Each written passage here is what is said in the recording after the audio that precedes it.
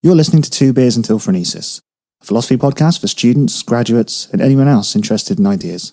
Alongside regular guests and friends, we discuss some of life's big questions over a few beers. Enjoy.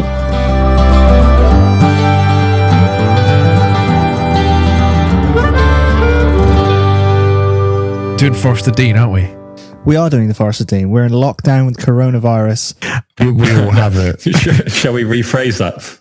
We're in lockdown from coronavirus. Right, we're in lockdown because of coronavirus. Is that better? Slightly. I was planning on being locked down anyway, but yeah, there happens to be a pandemic going on as well. Okay, so we're on Discord because this podcast has to migrate there because of the old corona, and we're all in isolation. We're going to talk about the Forest of Dean and its cultural heritage and all that sort of stuff, because some of us sort of live in the forest or around the forest and went to school kind of near it. I mean, Sam, you sort of grew up in the forest. I live nearby. Connor grew up in Ross-on-Wye. Joe, you live in like Whitchurch, don't you? Absolutely, yeah.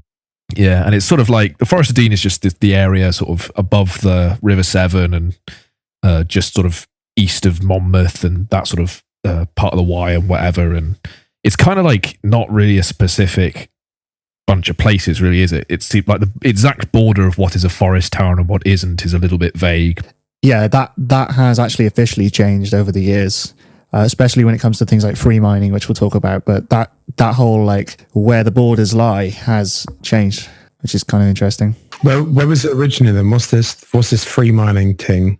Okay, so yeah, I guess we could just go straight into it, talk about freemining.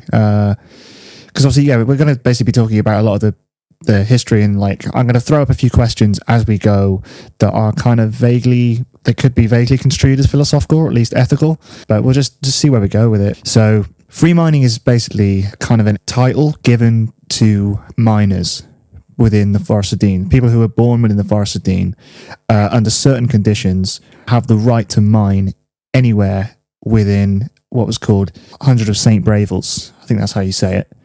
But it's basically this antiquated way of describing a certain portion of the Forest of Dean. It's now, since 2010, it's become the whole of the Forest of Dean, not St. Bravels. Yeah, it was sort of established in the 12th century, this whole 100 of St. Bravels thing, just sort of when it became... Can we please start calling it St. Brevels, because it's fucking triggering me. Oh, is it St. Brevels? St. Brevels, mate. 100 of St. Brevels? Okay. The 100 of St. Brevels was like established in the 12th century, sort of after all the Saxons and the Viking raids and all the stuff were sort of going on around in this area. Yeah, and like you said, that sort of ended up becoming the sort of historical geographical boundary of where the Forest of Dean is now. Yeah, so this is something that's like, I kind of have a way into, I kind of understand something about this, because my mum is technically one of the last people to be born in the Forest of Dean. So she is one of the last people who's able to claim that they're a free miner. Yeah, so we should say that she's one of the last born because the hospital, was it the Dilk that used to have? Yeah, it's the Dilk. Yeah, so obviously the maternity ward there closed down. So there isn't really, unless there's like home births going on, there aren't really any free miners left, because the area that is the Forest of Dean doesn't really have anyone being born in it. Yeah, you have to be over the age of 21, and you have to be born within this certain area, and that area has expanded since 2010. It used to be that you have to be a man, but if I remember correctly, somebody was working in a mine and sued because they couldn't be a free miner. It said it was sexual discrimination. So it's now the old man has been taken as men and women. Yeah, that was October 2010. The woman won the right to be classified as a free miner. Who did she sue? She just brought it up, I think, to government. It was because it went against the Equality Act of, I think, 1980. Yeah, sue is the wrong word. She didn't actually, I don't think it was an official like suing, but she raised the complaint and said it was sexual discrimination. Yeah, and it was brought to the House of Lords, basically. Yes, your mum's one of the like actual last free miners then. Yeah, there's a bunch of groups that kind of track these people, and yeah, she was in the pub one day and they were like, oh, you're one of the last free miners, or eligible free miners. And what are some of the special rights that free miners have? The right to mine a personal plot, and these plots are called gales, and it dates back mainly to the sort of 1610. It became more of a problem in the Industrial Revolution, because basically everyone was fucking making a mine wherever they could at this point, because the whole rush of the industry. Obviously, nobody does it now. There are a few still open that free miners operate, and that's mostly for tourism. Although some people do mine. What is it they mine now? It was not coal. It's like probably oil, I imagine. Silica or something, or ochre. Oh, what, like ochre's like clay paint, isn't it? Yeah, it's like crappy stuff. Yeah. I think there's like a fool's gold thing somewhere in the forest where there was like a gold, but the main sort of like thing they were mining back in the day was like coal, and I think they're trying to do a bit of fracking. So I think there's some oil in the Forest of Dean. Yeah, it was mostly coal and iron, and obviously wood as well was another major industry. Obviously, because it is a large forest. Although to be fair, like the Forest of Dean itself is a little bit overrated in its size. I mean, it doesn't even make the top 10 largest forests in the UK. Weak. It's the second largest crown forest after what's the one in like Sussex, I think. Do you know where the free miner thing comes from, or why they got given that sort of responsibility? I think I got told this once. There was something to do with siege. Yeah. So it was back in 1296. Good old King Edward I. Basically, this was during the Scottish Wars of Independence, and King Edward led a siege on fucking Berwick-upon-Tweed, basically at the Scottish border. Okay. And essentially, he brought a load of miners up who were part of the 100 of St. Brevels? St. Brevels. Yeah, a bunch of them up to help in the war. And he basically granted them and their descendants for helping on this siege and everything. He granted them the free mining rights in that area. Yeah, because they were mining specialists, so they went underneath the walls and then undermined it. Yeah. And that was like how they broke the siege. And then they were like, oh, you're really good at mining. And they were like, well, it's what we do for a living. So then they gave him the ability to sort of mine anywhere in the forest. Yeah. Yeah, I think it was more of an unofficial thing until, well, I've got 1610 here, where it dated back to. Yeah, well, it goes back further, but yeah, it wasn't codified in law until the sort of 100 of St. Brevels was really, I don't know, it sort of started to have its own, constituency and all that sort of. I think the Speech House, which is one of the central places in the Forest of Dean, was built in about 1682. So it would have been some time before that, before like a proper sort of government, if you like, a local government was established, and they started to be able to get these encoded into law. Yeah, it's kind of, even when it is coded in law, it's fucking things like you have to have worked a year and a day in a mine. A year and a day, like why a year and a day? Because you can't trust someone until they've done that extra day. You just that's the crossing of being like incompetent to competent is that one day. Maybe there's like a training day like before you start your year or something. I very much doubt it. So we should say like a lot of the culture of the Forest of Dean, as you can probably tell, like centers so much around the mining culture and the and what sort of the whole industry kind of centered around for hundreds of years. And in these mines and in these horrible dark holes where they were mining away, they sort of built this entire sort of dialect, and there was this whole sort of, well, I suppose most places in the UK like had their own like little dialects and own little ways of speaking, but the Forest of Dean's kind of retained a lot of that language. They take it to a new level. I've never heard anything quite like it. My granddad often speaks it, and I've heard a lot of people speak it, and I've not heard anything like I can't think of any other regional examples unless you're literally talking about an actual other language. Yeah, no, it is quite unique in how kind of expansive the dialect is in terms of you literally couldn't understand if you go into a pub in a forest and there's a bunch of foresters actually speaking in the dialects, you can't understand it. Or at least it's very difficult. It's a weird mix of things in a thick accent. What are some of the examples of interesting forest dialect words, Connor? Tell you what, I'll say a few and then you guys can guess what they mean. Yeah, is that quiz? Quiz time. I'm going to win. I'm going to win bigger. You all have heard most of these before. If I said, how bist old butt? Sam, University of Hertfordshire. Yeah, go on. Hang on, your internet just exploded. I literally had to pause as I was trying to remember what shithole uni I went to. 5-point penalty, mate. Yeah, legit. Like, shit, it was how are you doing, my friend? Yeah. That's correct. If I said, couldn't see as well as your cuscos, what would that mean? I'll call an ambulance for you, mate. Yeah, so couldn't see as well as a cuscos. Yeah, it's a... as you're having a stroke and you need help. No, I should know this one. It's like, can't see as well as I could, basically, but it's just like, Yeah, I can't see as well as... Typical response to how are you? Well, it can be, yeah. Yeah. The eyes are blinded by all the coal dust. How are you? I can't see. It's like that. Oh, Mr. I can't see anything.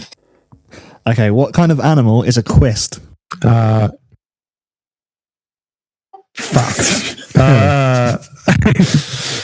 Gonna have to push you for an answer. Sam, University of Hertfordshire. Yeah, go on.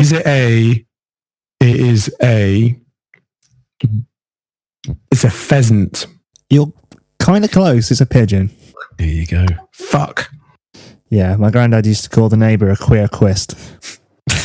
That's politically correct. Fair enough. A quist fucker. Right, if I told you to wash your luggles, what would I be telling you to wash? Ears, mate. Yeah. That's right. My nan used to tell me to wash my luggles, my yud and my fet. Do you know what my yud and my fet are? Hands and feet.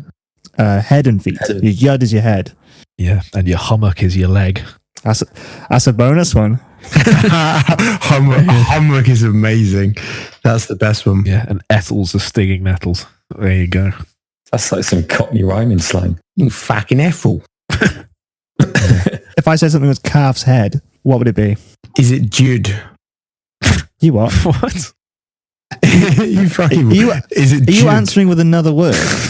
Yeah. Is it Jude? What are you on about? If it's calf's head, it's Jude. Well, they mean different. Which is forest for dead. He's actually got a point. Hang on a minute. If calf's I think head he is an might. expression, why isn't it calf's yud? Calf's head is like dead, and then like Jude is Jude. No, yud is dead. So it's someone Jude is that's Jude, which is dead. This is like Tolkien levels of fucking Right. like things going wrong in the language, isn't it? Calf's head just means shit, I think. Fair enough. I was thinking, it's got to be dead, but it's not. It's just shit. Donk is... What is a donk? A silly person. Donkey. It's a donkey. Well done, Joe. Nice. If I'm tushing something, what am I doing? Oh, God, I don't want to know. If you're what? If I'm tushing something, what am I doing? Pushing or tushing. If I'm tushing something, what am I tushing? Teaching. I'm tushing the crater up the hill. Are you pushing? No, Throwing. it's carrying actually. Oh, of course it is. Yeah. So there you I go. don't know how half of this evolved into what it is. It's just, Yeah. It's fucking stupid. It's what it is. If I flump, what am I doing if I flump? If you flump, you're sagging down and sleeping on the floor. Oh, so close. Sitting down. Think more general. Lying down. more general than sitting down. You're too specific. It's just falling down or collapsing. Yeah. Flump. Cool. Have a flump. No, I can literally do this for fucking hours, this forest quiz. I mean, you got any more interesting ones, Connor? I've got a couple. Do you know what LARPing is? No. What, live action role playing? Yeah, basically it's like how best LARPing is like how best the LARPing is. How are you getting on? Oh, bitch, the LARPing. How best LARPing going? If I asked, where best gone, woman? Where are you going, lady? Where are you going? It should be where best gone, woman, actually. There's no W. Yeah. If I were dagging, what would I be doing? Dogging. I need to say that. No. Digging. No, that's good. No. See, that's too clever a guess, the digging thing. You walking the dog. No, dagging is when you take the clinkers off sheep. What the fuck? What the fuck? Oh, here we go. It's when you shave the rear end of a sheep. Oh, what? Yeah, shitty ass tubes. That's the Nice. ones, yeah. That's an incredibly specific word. Don't ask me how in my nan's household that I heard the word clinkers. How best but where they going, woman? You should be dagging. It's a fucking calf's head job. If I said, 100 rasty calves Ah. There's no way you said that right. Yeah, under rasty calves. You're reading it fucking phonetically. Yeah, that's how you're supposed to do it with the thing. Under rasty calves. Yeah, what am I saying if I say that? If I said under rasty calves and Nesh, what am I saying? Something about them being cold. No. So, Bangers and mash. No. no, there's some cows which are in a bum because they're cold. No, I'm saying 100 unpleasant calves are delicate. Oh, Why would fuck's you sake, say Nesh that? But Nesh is like cold. Right. Nesh No. is like someone who can't get warm. I swear. Delicate or feeble. It should be said that like a few of these actually kind of link over into the South Wales and stuff. Some of these things, like I'm pretty sure dagging has some sort of a link between those two. Like a lot of them. The great equalizer among people is dagging. No, but like one or two of them kind of extend further than the forest itself. We went to a cider place and they had like a list of these fucking sentences. I've just brought up their website and I've got a few here. I cousin get me dunk under the thick bridge. Is yours be too high? Nice. It's a problem that we all have every day. Yeah, I mean, like the forest was basically like probably part of a Welsh kingdom up until like the 8th century. So, Yeah, exactly. and before that, it was like Roman and all that around 50 AD. It should be said that like most people are unable to speak this like very well. I mean, fucking hell, even when it's spoken fluently, it's not. I wouldn't say it's spoken well, but yeah, it's one of those things that like obviously it's impossible to write, which is why I'm fucking having trouble saying it. When you do write it, it's like very phonetic and it's like V's and Z's, which isn't quite accurate because it basically has no rules of grammar or syntax or anything like that. So it's basically just a creation of people who were living in the middle of a forest, mining for hundreds of years, and their language kind of offshot and developed around the very specific activities of their community. And yeah, not even all foresters are even able to speak a tiny bit of it, especially nowadays. Yeah, sort of dying out. There are only 150 actual like legitimate free miners left. Yeah, nowadays I wouldn't expect anybody living in the Forest of Dean to actually be able to give more than one or two sentences. Yeah. It's so refreshing to hear like a full sentence spoken fluently. And the only way you're really going to get that nowadays is like archived, like in some kind of recording. Yeah, we went to see some dialect poetry stuff, or at least we went to see one of our friends was performing some poetry, and there was a lot of like dialect poets from the forest doing some of their stuff there. Yeah. I think most people like who aren't from the forest or haven't, don't know much about the area. They've probably heard of it because of either the band EMF, which is from Cinderford, Shout out. or because Puzzlewood, which is a place in the forest that you can go walk through some woods and whatever. There's like random film sets there. So like some of Harry Potter, like Deathly Hallows was filmed there, Force Awakens, a load of Doctor Who. Yeah, or J.K. Rowling used to live there.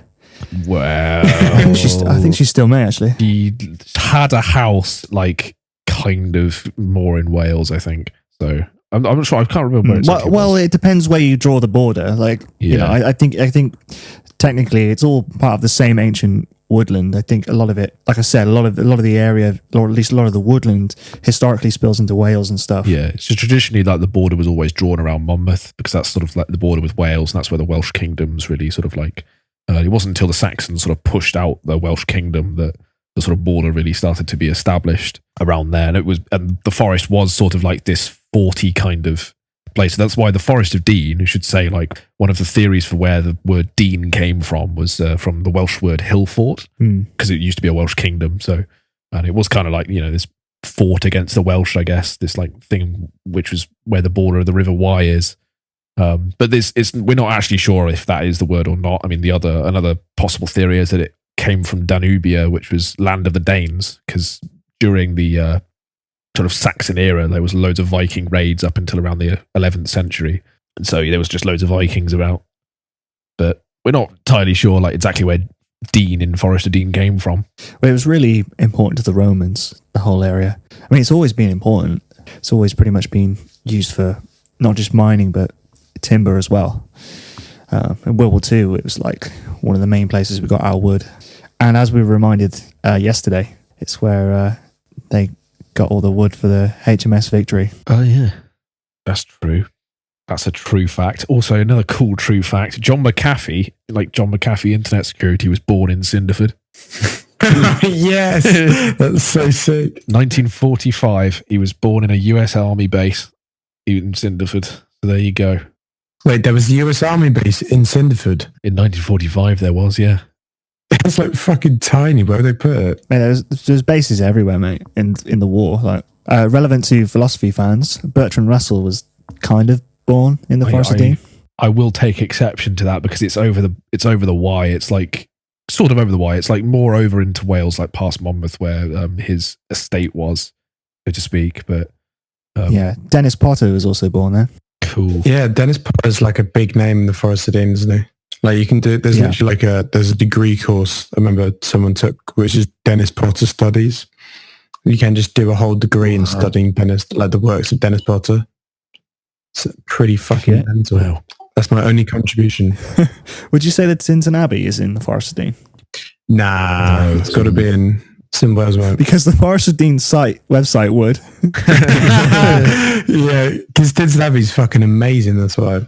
No, it's like, you know, there's obviously Forest of Dean. There's obviously not Forest of Dean because it's Wales, and there's sort of like a whole area of, is it Forest of Dean? Is it not?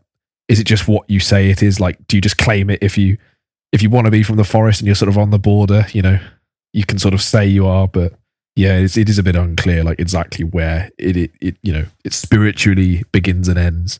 You've still got plausible deniability if you're in somewhere like Lydney. You can either you can choose to claim you're a forester or not. Yeah, you've got like both ways. You dual citizenship. Yeah. Oh, I think Lydney's definitely in the forest. Yeah, it's got to be. I think Tolkien loved Forest of Dean. All right. Yeah, mate. He based a lot of places on that. A lot of inspiration for like shit like Fangorn and Hobbiton as well. Like literally hobbits are just people from the Forest of Dean. That's why. So he literally just based it on like all these little like rural country bumpkin people, and it was just like, wow, let's just pretend they're a sub-breed of human being. And we're going to call them hobbits, and all they care about is eating food. To be fair, they are the protagonists of the book. Yeah, they are literally the best characters. Drinking and smoking. Yeah. But I think if you're not even from the UK, something you will probably be familiar with is the pirate accent. Oh yeah. And I mean, more generally, that's specifically Forest, but that's a West Country accent, essentially. It's from Robert Newton, who played... Yeah, there's a very subtle difference between the West Country and this area, the Forest accent. Well, I should say every area in the West Country has its own rural accent. Like, Sussex is different, you know, I mean, that's not the West Country, but that's, you know, another rural accent has a different sort of thing, and North Devon has a different accent, and Wiltshire has its own sort of twang to it. But I mean, broadly speaking, I mean, because Robert Newton, who played the pirate Blackbeard in Treasure Island, which is where the sort of Long John Silver. Yeah, he was literally just doing an exaggerated West Country accent because he was from Dorset, so he was actually not that far from Bristol, was where he was from, and he was just exaggerating a West Country accent. That's sort of where it comes from. It's very weird because Somerset, outside of the local area, kind of takes all the credit. It takes all the credit for the cider, it takes all the credit for the accent. I don't know. I feel a little bit hard done by because occasionally I'll slip into my twang and I'll get people go, "Oh, are you from Somerset?" Just like, no. Trying to fucking take an interest in where I'm from. Hey, are you from Somerset? No, you fucking cunt. I'm not away from that. Don't you fucking speak to me ever again. It's just a totally different place. I've barely been to Somerset. It's just, you know, I don't know. It's just, it's kind of like one of those things. If you've got like, I don't know, a northern accent. Is there a place in the north that kind of Yorkshire, I guess, would probably take all the credit up there? Yeah, like everyone will think you're a Geordie, even if you're from like, is it St. Shields or whatever it is? Yeah, I reckon the north has got a pretty diverse amount of accents across it. You can't really sort of just say the north and then pinpoint it to a specific one, as you were saying. Yeah, but I think most people would go, "Oh, Yorkshire," and just, you know, if they didn't know anything about it. So, yeah, I don't know. Like Geordie's Yorkshire, isn't it? And that's quite unique. Yeah. relative to other kind of just northern accents, I suppose. Yeah. Have you seen that? There was an app, I don't know if it still exists, but it's like they would just get like your location on the map and it would get you to record in like you saying a phrase that you could click like in the Forest of Dean, and it would have someone from the Forest of Dean saying a phrase with their accent. Then you could click in like they said Newcastle and you could hear them saying the same phrase but like with like a bit of a Newcastleian accent. That's fucking witchcraft. Yeah, it's pretty cool. 'Cause it's just like, I think that's the cool thing about the FOD, isn't it? It's the fact that it's its own little like, because before the railways came in, the railways were like the major piece of lifeblood that like sort of changed everything. They were just literally like a little isolated sort of group of people who just didn't really go anywhere else, or like Gloucester was like a sort of 1 and a bit day there and back like journey. Yeah. So it was like very self-supporting, but then like the railways were like a massive fucking, when they realized that there was unobtainium and coal there, they were like, cool, we're actually going to move in and make this a place. And like some of the work they did with the railways were just crazy. Yeah. You can still go on a lot of the steam trains. They're really nice. I recommend that, actually. I went on a bit of a booze on all the... What do you mean? My dad's a steam train psychopath, and I've literally been on every steam train ever, and I've now developed a phobia of them. What, even the ones with bars on them? What? When you get steam trains with little bars on them and you can drink? Fucking drink. Drink your booze. I can't enjoy this beautiful piece of history without having a beer. No, it's, nice. You could go from station to station, see all these little villages and get pissed along the way. Is nice. that just Virgin trains you're talking about? No, because they're not old and quaint and old worldy. On just like tangent, steam trains are actually the most amazing thing in the entire world ever. Like if you look, it's like the older I get, the more autistic I get about steam trains and how they're literally just fucking witchcraft. Yeah, mate. They're just so fucking cool. Shovel coal into a big fire and then the big coal. Yeah, they're so steampunk, aren't they? Anyway, I was going to ask you guys. I don't know how well I'm going to get a response, but like, you're just probably not. Yeah, I'll probably not. Like, what do you guys think of the whole like controversy around the closing of the mines and the way that the whole community, the way the whole community kind of lost everything? Well, why don't you explain like the whole controversy and the whole close down and everything and the history? Why don't I? So you can set the scene. This entire area is basically centered around mining, and now coal mining basically doesn't happen in the UK. It's not an industry we have anymore. Yeah, there's still steel. There's still a bit of a steel industry here, but it's very, very pretty much gone. Is it Tata Steel or the one in Wales just literally just keeps getting bailed out by the government, isn't it? Yeah. It's just much cheaper to buy everything from China. Yeah. I'm pretty sure China bought Tata Steel. And that's what happened in the 70s. Yeah, they might even own it now. I'm pretty sure they've just got a controlling stake in it at least. So yeah, the forest has a very nuanced relationship with its mining industry. Obviously, they have this reverence for the past and this reverence for a really strong sense of community. And I know we always talk about, sort of antiquated times gone by. There was always this big, better sense of community and history, and that everybody kind of stuck together and stuff. But I think that's even more true of the forest, mainly because of the kind of work they were doing. It was life or death, and a lot of the poetry and literature and stuff surrounding the forest and a lot of their relationship with their own history really takes note of that in a way that's actually quite glad to be rid of. Like I said, it's nuanced. Like in one sense, I think the sort of Pitts community, they're glad that that's gone now, but they're also kind of not, because they've lost all sense of community and all sense of pride in a way. It's like people who miss wars, isn't it? It's like when people come back from wars and they think the biggest cause of PTSD is not actually having bad things happen. It's like the missing of the people when you go back into normal life and you just get scattered. You lose a lot of your purpose. Just that sort of shared common hardship, isn't it? A loss of meaning. I mean, it's sad. I mean, you see a lot of these like little forest towns or whatever when you're driving through, and many of them are just, it has the aesthetic of a gutted mining town.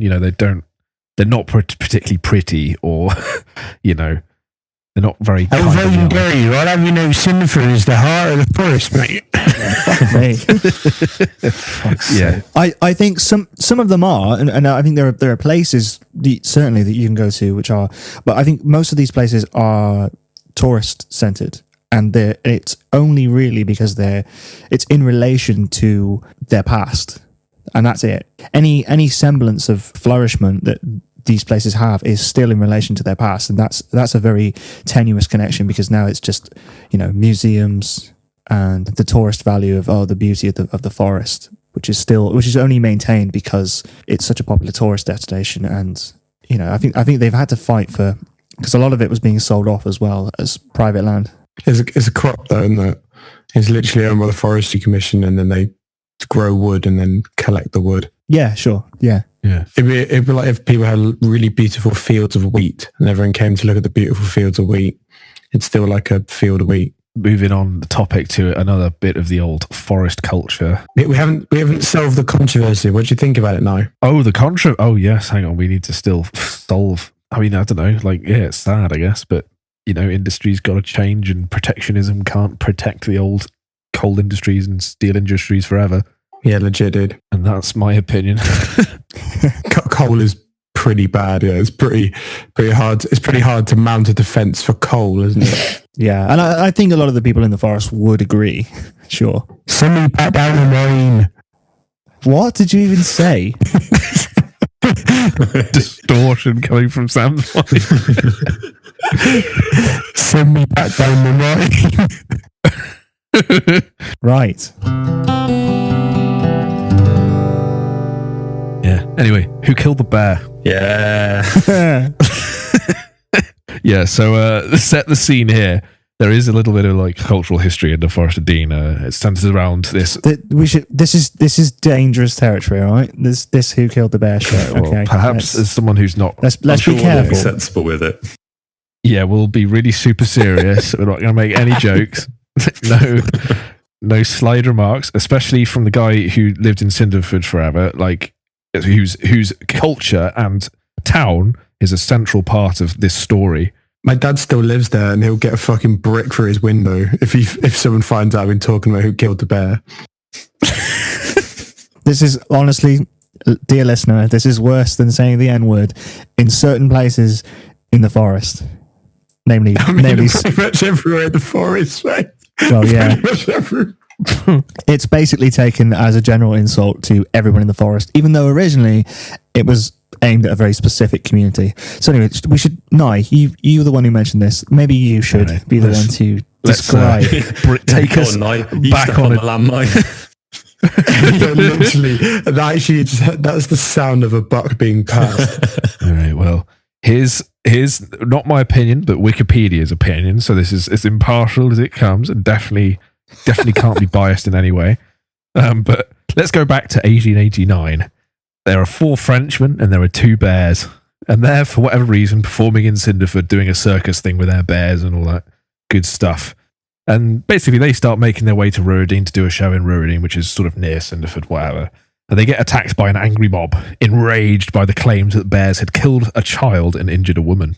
The bears were killed by this angry mob, and the Frenchmen were badly beaten.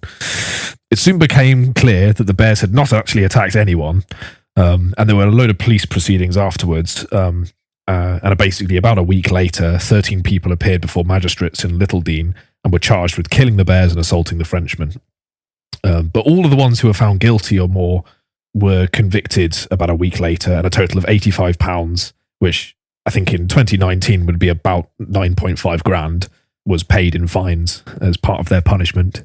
And then since then, the term "who killed the bears," which has existed as an insult, essentially directed particularly at people of Ruradine, despite the fact that all of those convicted were actually from Cinderford. So, yeah, so I don't actually, me and Connor were talking about this before, we don't actually really understand why it become a massive insult, but yeah, a bunch of people from Cinderford get convicted, and but there was an angry mob that attacked these people when they were on their way to Ruradine.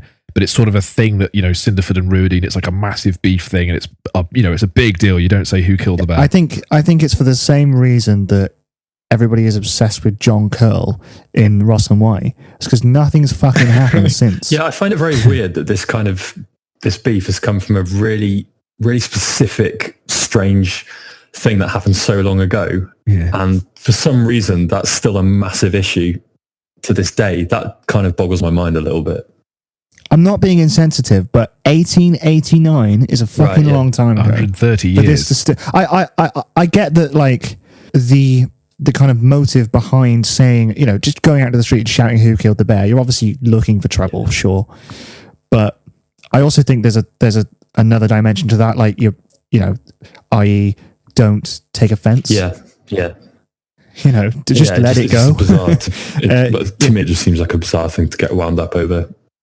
And at the same time, a bizarre thing to also try to wind people up over. I'm assuming it's just morphed over time into a more general insult somehow. Yes, yeah. Rather than, like, I'm sure it has absolutely nothing to do with what originally happened at this point, because I can't see how what originally happened would really. No, I think it does. You still think it is to do it, but what is the insult saying? If you shout "Who killed the bear" at someone who lives in Ruadine, what offence are they taking from that? Well, you're just othering them, aren't you? You're just saying, right, you're my tribal enemy. Yeah, you're saying, look, who killed the bear? You did. You know, let's not forget who killed the bear. You know, you're shaming them for a past crime. I know, obviously, the towns are mixed up in this, but I think that's just the evolution of how it's. I don't fucking know. Feels like kind of similar logic to.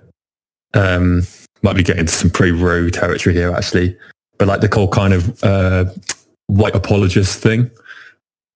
Do you know? Oh God, why did you say that? But do you know what I mean? There's a parallel. Feel free to edit this out. But yeah, I feel like I'm not going to edit this out because I don't really have an because I'm not white, and he just like explodes. I have some half-formed opinions, or what I will say is, if somebody tried to trigger me by saying something my ancestors did in 1889. It would be like utter white noise. It would be like somebody speaking another language. Other than the fact that there was someone standing in front of me trying to trigger me, the actual content wouldn't offend me. Yeah. But that's probably because I have no connection to my past. But I guess people in Ruadine and Cinderford do. I suppose it's more the intent, I guess that's though, isn't probably it? a good thing. It's probably more that they're sort of intending to offend you rather than what the actual content of the offence is. The worst part is the fact that they are trying to be awful. No, I think there's a sense of pride that comes with this, and a sense of historicity and a sense of community that I probably don't have, and the people in the Forest of Dean probably do. So they're, the content is elevated. The content of the insult is elevated. It becomes more meaningful because it's got a more valid target. If somebody insulted my ancestors or my town, I wouldn't really give a shit. Yeah, I think you're bang on. But maybe that's just apathy. Yeah. Tidy. Tidy. It's fucking tidy, that is. I think that's the thing, is just like when two places have tribal beef anyway, it doesn't matter what they're saying, they're just saying something to piss other people off, isn't it? And it's sort of like, because the intent is there, regardless of like the content of the insult, the intent is kind of the thing that matters. It's like, I hate you and I think you're a subhuman or whatever bear killer. Yeah, I guess it's like, yeah. I guess there's tribal signaling, sure, but I'm not sure. I think it's a fundamentally different. I've literally never heard of context this ever, apart from people discussing this is the one thing they know about the Forest of Dean. Like I heard about this once where someone was doing a bit of supply work at the school, and they came in and they ages ago they were talking about. Fun enough, they were saying I listened to a podcast about the Forest of Dean, and then they talked about who killed the bear, and that was the first time I heard about it, like a year ago. The first time I heard about it in any real depth was actually a podcast, but I have heard it and seen it. I've seen people get fucking beaten up over this bollocks. Like, and I've heard about family friends like witnessing attacks and things. It doesn't happen that often, but it has happened. There have been like lots of fucking altercations over this nonsense. East side versus west side. Yeah, it's one of those things. It is literally one of those things, Yeah. It is literally just a gang thing. When you look at it's not as extreme as like someone getting shot because they're wearing the wrong like color on their hat or something. So like in that it's kind of moderate, really, isn't it? Well, nobody's getting killed over it, but Apart from those fucking the bears. same sort Apart of from the bears. those poor fucking bears. Anyway, speaking of, I think we've solved that one. We figured out people from did it. Fucking Jesus Christ! We were this close to getting through this segment. Scum. I thought we got out of that one. Fucking disgusting webbed hands. Absolute shit. Shut up. Fuck you. Come to my address. Fuck you. Wrote, come to my fucking gaff. Bring it down. That's your actual address, for fuck's sake. Can we keep all of that in? But just bleep out your actual address. That was nice knowing you anyway, mate.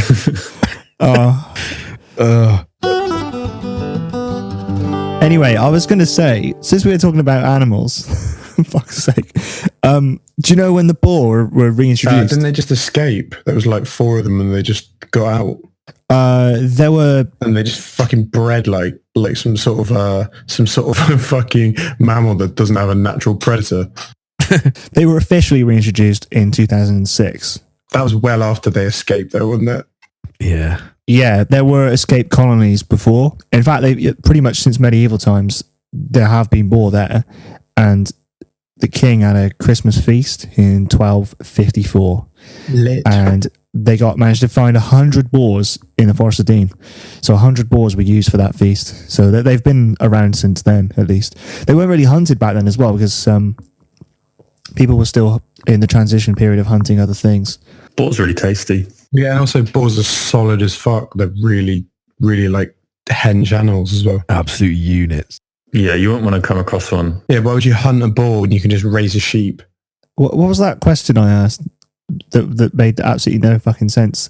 Something like, do we owe it to the boar? So it's just like an environmental question. Like, if an animal has lived in a certain place, do they deserve to be there? If we've made them extinct. Yeah. Why don't we and the boar just coexist and be lovely friends? No, but do you not think... Obviously, there's this debate about the boar being an invasive species, but... Well, it is quite... I mean, if you've seen what it does to, the ground... Fucking horrible. Yeah, I've seen what it does to the ground. I've seen what it does to trees. Do you not think there should be a boar population? It's just a... it goes on, doesn't it? It's like, well, okay, well, if the boars need to be there, then why don't the wolves be there? Why don't the bears be there? Why don't we bring back to... Because the wolves aren't there. The boars are already there. So removing them would be... Why is that bad?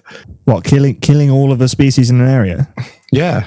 I'm not saying I agree with it, but why is that bad? Why is killing bad? Yeah, why is killing all the animals in that area bad?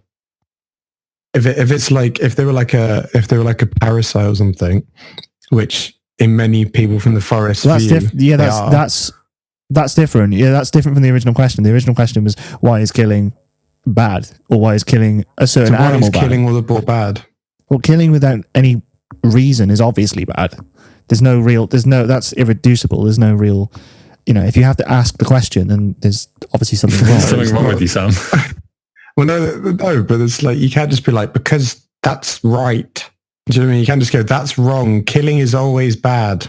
There are definitely reasons to mitigate the population and hunt them. Yeah, legit. Very good practical reasons. Yeah, but then it becomes a kind of harm principle. Then it becomes a kind of, well, it's not that I'm killing something; it's that I'm preserving life. The killing of the boar is a side effect to what I'm ultimately sort of trying to do for the rest of the ecosystem. That's different. Okay, but why is killing all the boar bad? I'm not saying that it is good or that it isn't bad, but why is killing more bad? I just want an argument for why killing boar is bad. Well, I think killing anything is bad. I think you need to. I'd stop the sentence midway and just say, well, you're not really putting anything on to the end of the. You're not qualifying it in any way by saying boar or saying humans or saying ants. I don't know. You're not really saying anything extra. So it's like an argument of like killing is wrong, sort of full stop. So wiping out the boar is not good. Well, before you even take into account that there's an external kind of thing, i.e. the boar, or any kind of consciousness or but if you don't think it's conscious, and an artifact. Mate, I do think boars are made of string. Okay, but even if they're made of string, then you have a self-to-self relationship before you have a self-to-other relationship. So your relationship with yourself, it's like there's hundreds of arguments found in that dimension why you shouldn't be killing anything, or murderous or angry or anything like that. No, I don't. I think we should kill all the boar. To be honest, I just wanted to see like why you thought we shouldn't kill all the boar. Because it's like if they're not supposed to be there, like there's arguments for killing all the boar, and it's just like, well, that was the main crux of what I was saying. Like, because they're literally like trashing the entire forest when you have like a massive overabundance of when there's no like balance, when there's no like thing that preys in it, it just causes like huge damage to the environment. So like by not killing the boar, you actually end up killing. Yeah, I totally agree. Like so many other species of animal and plant and tree, and then damage the infrastructure. So like that's the argument for like limiting population. So I guess the counterbalance to that is balancing that with it's bad to kill. I mean, I think of it this way: like, I don't want to make up some massive fucking ontological list of what's good and what's a higher animal, what's a lower animal. I've been doing weeding today. I've been out in my garden weeding, and you're a fucking murderer, mate. Exactly, it's the same fucking thing, basically. Yeah, it just isn't very helpful to sort of be going down this normative road of killing is bad and thus we can never kill, but then we have all these sorts of kinds of exceptions, because then immediately you're invoking a framework by which you are qualifying when something is good or bad, and that's a whole nother that's ethics essentially. Yeah, that's trying to qualify what is and isn't and when it is justifiable. That's something I don't think you can just say killing is bad. I'm not saying it's good. I'm just saying you can't just be like default killing equals bad. I think you got to weigh up like the cost of you doing it versus not doing it. Yeah, it's muddy, but what I'm saying is killing for no reason. If you just take killing as a given and there's no other context in a vacuum, killing is bad. But I agree, but you can never have it in a vacuum. No, exactly. I mean, to be fair, I think there is a bit of naturalistic fallacy here. To be fair, there's quite a lot of. It's quite a lot of things. I was just said like, I didn't say we should kill them all. I said, what is the argument for not killing them all? Like, what is the argument for leaving them alone, like completely? I don't want to leave them alone completely. But like I said, I do weeding. It's the same principle, but that's a completely different intention. I was talking about that self to self relationship. That's a whole different thing that's happening there. Yeah. Well, I mean, I would say that, to be honest, I think the way you're sort of simplifying it there and going, well, killing is bad, to me, I mean, that's already sort of jumping the is-ought gap in the sense that you're not really... instead of saying, well, bad is contextually dependent on, the normative conditions in which we are qualifying it, like that's... Otherwise, essentially, you're saying it is objectively bad or it is bad because of some actual reason that we can... I'm not being objective. In which case the statement... I'm sort of being emotivist. I'm saying I think killing is bad, or boo killing. Yeah, which isn't very descriptive.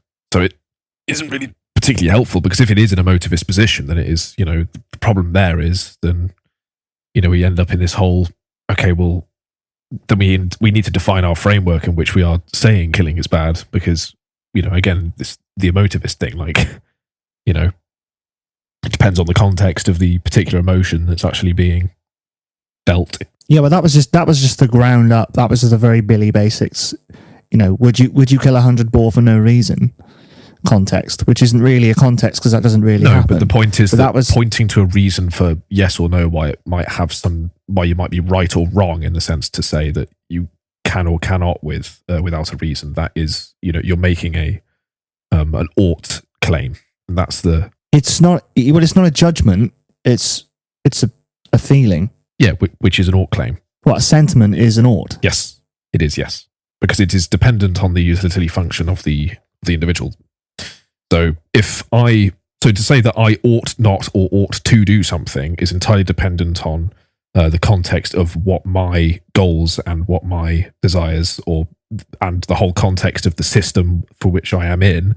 That all factors into what is an ought, and that's that is the key of the naturalistic fallacy and Hume's fallacy is the point that it doesn't make sense to say objectively that something is objectively right or wrong, or is a good thing to do or a bad thing to do, without the context of the agent and the goals of the agent and the context in which the agent is acting, because there's no objective framework in which you can actually set it unless you use that context. Yeah, so to say killing is bad or whatever, of course, in the context in which we are talking, in the context that is descriptive of the moral act of killing, I agree with you. But it's like then when the conversation moves into the philosophical domain of trying to pin down this objective domain in which we can claim that killing is bad, and that is because of some, not necessarily a priori. I haven't really moved into that space yet. Yeah, but by basically, starting off with an axiom and saying, well, killing is bad, can we all agree that killing is bad without a reason killing is bad? To move the framework into that, then, okay, well, we have to first establish the context and the reasons in there, because we're having an ought discussion. We're not actually having a discussion about the facts of a situation, because we're in the ethical because domain. We're making a qualitative judgment. Yeah, we're in the qualitative domain. So, yeah, I mean, yeah, that's a whole can of worms. But yeah, I mean, it's just it's important to sort of bring that up, that it is very, very much like going towards that cliff edge of the is-ought problem very quickly when we start boiling down to these normative statements. Yeah, that's why I get a bit scared when you get this is this or something like that. You just get a bit worried. Yeah, X behavior is bad. Right, here's my normative statement. Boars are evil. Yeah. Oh, some good philosophy going on, boys.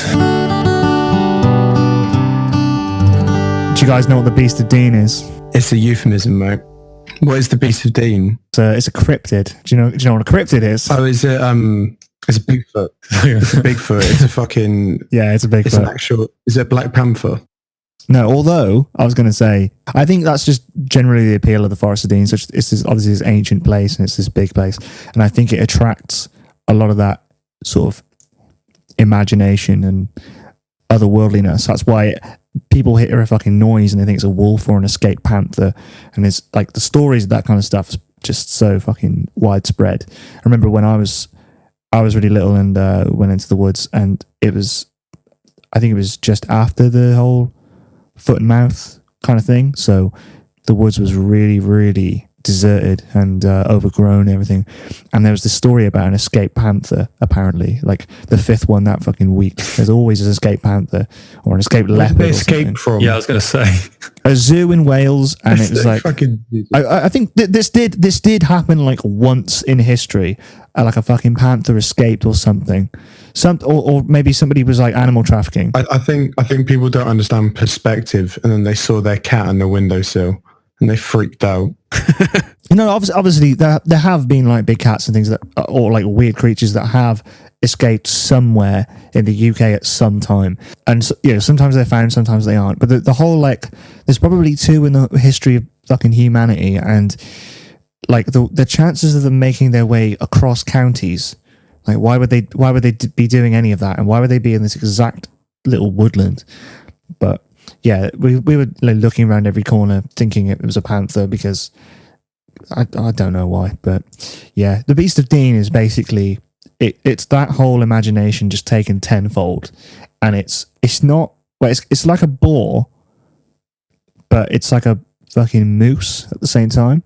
Apparently, this is no longer an escaped actual animal. This is now a mythical beast we're talking about. No, so it's a crypt. It's a cryptid, yeah. So a cryptid like Bigfoot, or I always think that Bigfoots in woods are people who feral people, feral children when all these you get feral children when they're raised by animals, or they literally just live in the woods.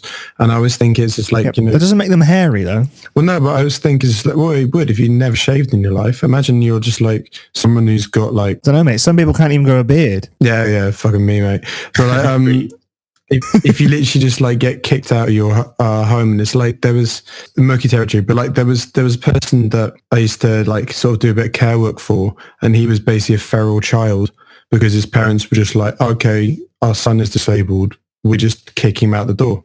And it's just I think people shit who and I think people who manage to do that, and maybe they survive, potentially, they start to look a little bit like a fucking Bigfoot with the hair and shit. And if you're in the forest, I don't know, I think it's just that's the way you sort of rationalize it. Sure, yeah, I think it's just overactive imagination. I think we always want to.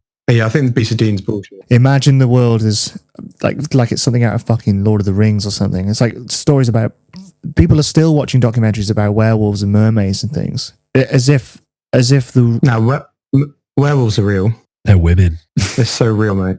Are they really? full moon. What else happens at once a month? You know, Right. turn into a monster once a month or full moon. You know.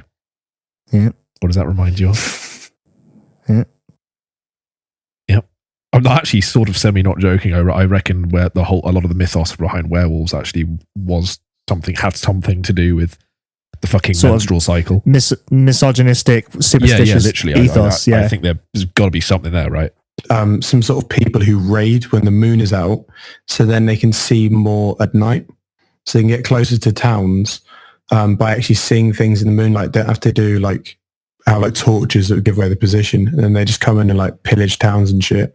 Another good theory. I think that's a bit too well thought out. Like, I mean, look at the Loch Ness Monster. That's just that's a fucking log. Yeah, that's real, mate. Probably. It's like nobody has ever seen a dinosaur or a dragon, but people still imagine them. It's a 35 million year old plesiosaur. Yeah, yeah, exactly. It's not like they've never seen anything like that. It's just imagination. Imagination is enough to make a lot of these things because people are so desperate not to live in the real world. People really want fairies at the bottom of the garden, and the garden's still beautiful without the fairies, but people fail to see it. So this Beast of Dean thing, basically, apparently it could make fucking trees fall. It was massive. It's just a boar. It's just a fucking... someone just saw a big boar, I reckon it was a boar, and just did not think that was enough. I mean, I get it sometimes when I'm walking through the woods and I'm like, wouldn't it be cool? You get confused with the Beast of Dean. Yeah, I get that a lot.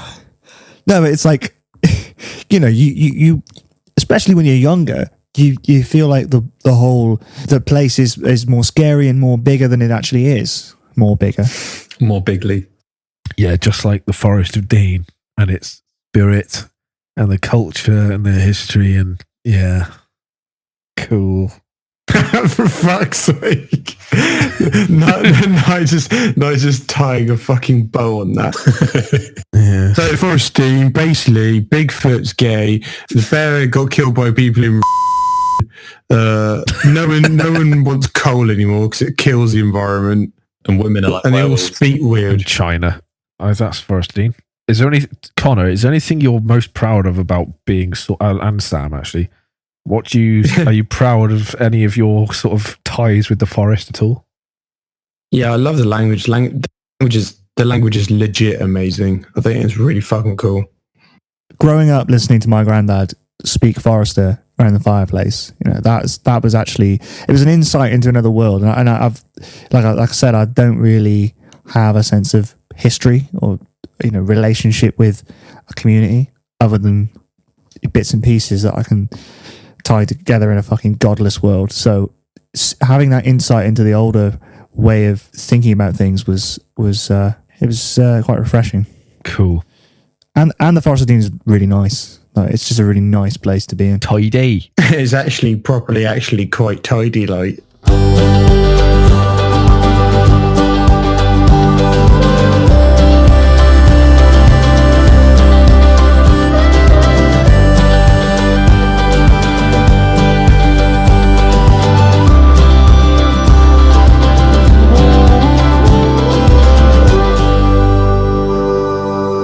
Can we actually carry on for a little bit? Oh, right. I'm pouring another Perry, so right. I'm going to be sacked so hard. Do you guys know when the last person to be tried for witchcraft in the Forest of Dean? Do you know when that was? 2018. Yeah, I was just thinking something like that. It's 1906. See, now you've made a much later guess, so... Oh. Yeah, but come on. It's kind of shit though, isn't it? What do you think about witchcraft, Connor? Do you think it's real? Well, in this case, it wasn't real. It was a woman called Ellen Haywood, who was I remember her. Apothecary. And then did they kill her? No, they didn't kill her. She survived until like fucking 2018. Fucking hell. She was a witch the whole time. No, but it's fucking weird that we were trying people for witchcraft in 1906. Yeah. It's not a thing. It's not a real thing. Why the fuck was anyone trying anyone for it? In 1906, like... Bored, I guess. Didn't have YouTube. Yeah. Next best thing. Oh, let's go lynch someone, mate. Legit. It's a good way of just like it was like the Scottish Reformation and the the Inquisition on this stuff. It was just a good way of just keeping people like super, super holy.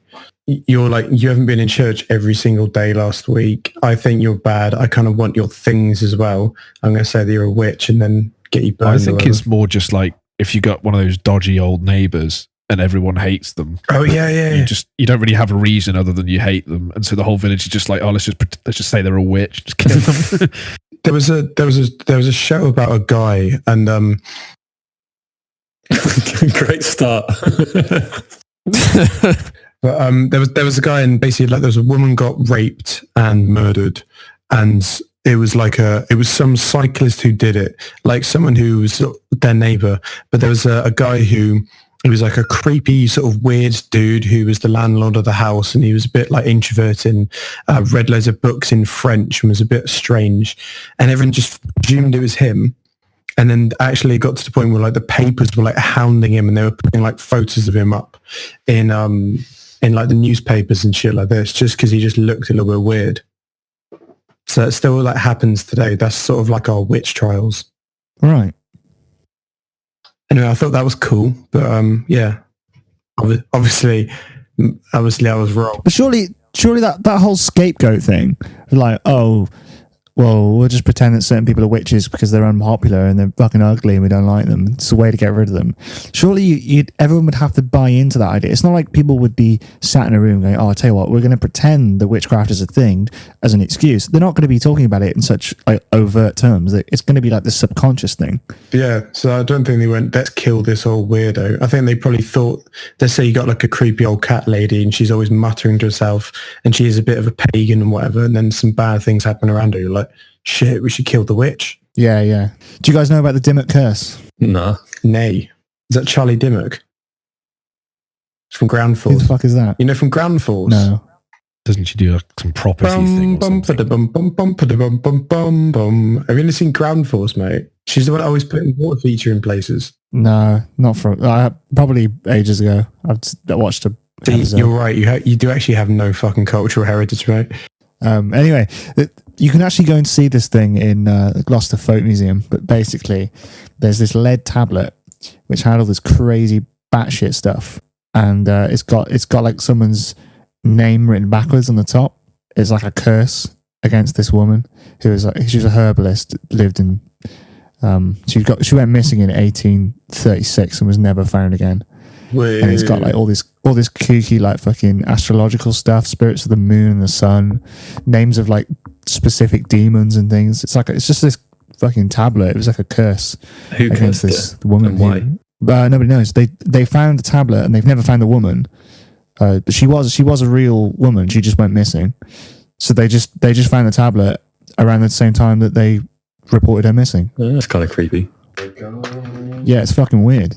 Whoa. I was going to mention the weirdest place in the world, Littledean Jail. Yes. Why didn't you, for fuck's sake, why didn't you start this off? We've got like 2 hours just about Littledean Jail. Yeah, if you scroll up far enough in the Discord thing, Sam, you see some pictures that we put in when we were talking about it the other night. It's literally just like Littledean Jail is just a collection of weird shit. Like there's like fucking Anne Frank's tampons and stuff. And it's all just like bollocks. So you could just all bollocks. So you could just It's a polar bear with one eye and two mouths. Yeah, it's quite strange. There's loads of like shrunken heads and Nazi stuff. Homunculi, they're called, aren't they? Oh, are they homunculi? I don't know. I thought that was just what the term for a shrunken head. What is this place described as? Isn't it like a museum? It's a journey through crime, I think, is like their slogan, which I think is, if it's not a slogan that they've done, that's a fucking banging slogan. That's a slogan I'm going to give them. Crimes against fucking nature. Why have they got shrunken heads and bloody taxidermy gone wrong? Like, what's that got to do with crime? Other than neat, being just horrible? Like, fuck it, I'll put it on a shelf. It's got to be like shock factor, isn't it? Well, it's just literally a man bought a jail and just filled it with bollocks, and then people pay to go and see it.